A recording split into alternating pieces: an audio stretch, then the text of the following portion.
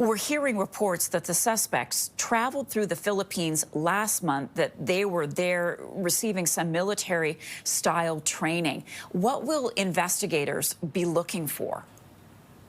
Well, there are a number of things they'll be trying to track down, specifically who were they interacting with in Mindanao, which is known to be an ISIS stronghold. In fact, ISIS had tried to carve out an independent state there some years ago.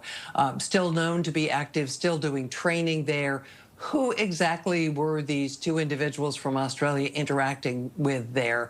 Were they ISIS members, or were they getting some other kind of military training? We don't have the answers to that question yet. And of course, they're still going to be looking to see if there is a broader web of connections here.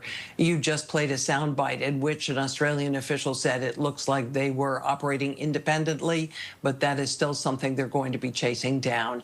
It is certainly true that ISIS has continued to inspire attacks around the world, even though the U.S. declared victory over the caliphate back in 2019. And ISIS has called specifically for attacks against Western targets, more specifically in Europe. But clearly they continue to be a powerful influence around the world, despite their lack of territorial hold. Well, let's talk about that a little bit more. Back up a bit. When we talk about being inspired by ISIS ideology, what exactly does that mean, Jeanne? Well, that means violence against Western targets. And in the case of the Philippines, they have specifically been going against Christian targets and police forces.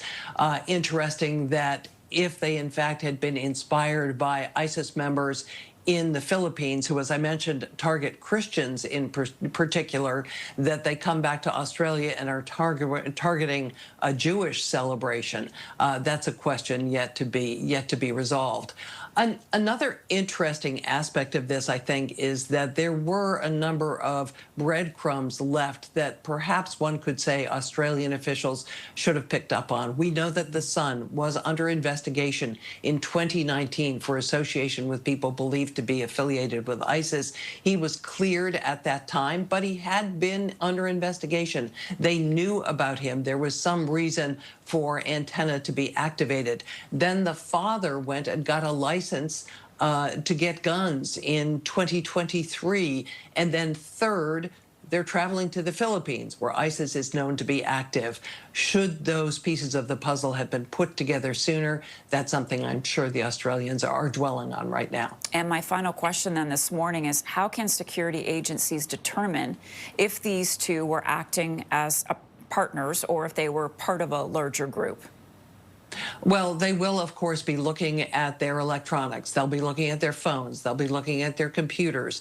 They will be trying to discern who else they had been associated with in Australia. What did family members know? What did neighbors know? The fact that they had two handmade ISIS flags in their car makes me wonder how they could have been operating without the knowledge, at least, of their family. So perhaps by tracing those sorts of things, they'll be able to determine whether or not this was not just inspired by ISIS, but perhaps directed by ISIS. Jeanne, good to see you today. Thanks so much.